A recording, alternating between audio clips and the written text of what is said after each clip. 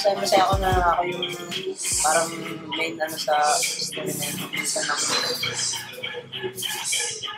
delikado rin pag wala ka rin sa iba. Yung mga kasama ko, kalahati yung mukha yung ano eh. Basag eh. Lobo.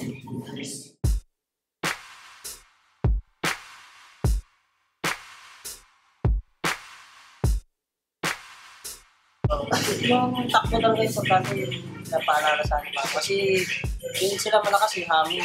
So kailangan nagawa ng bundok.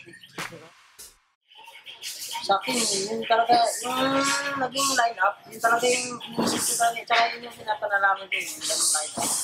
Kasi yun yung sa game plan ko sa utak ko na kailangan parang madalian ako sa mga unang laban para pagdating sa finals, may lakas pa ako.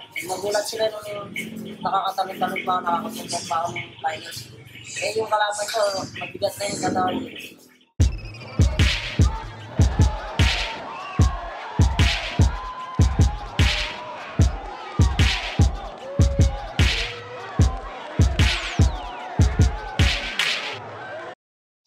Kaya binuhos ko nga lahat yung ano eh. Muntikan ko nga siyang manakaw eh. Kaso, hindi ko napansin na tumama pala. Ibala ko nung shooting ko talaga pag left hook pala. Tapos shoot.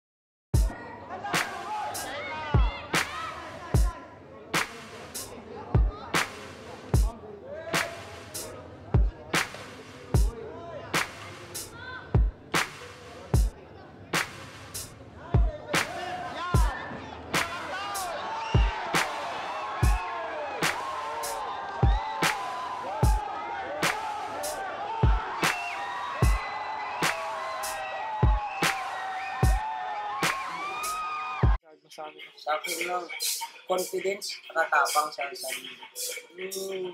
Kahit na sa laban, tagilid ako dun kasi maliit yung timbang ko.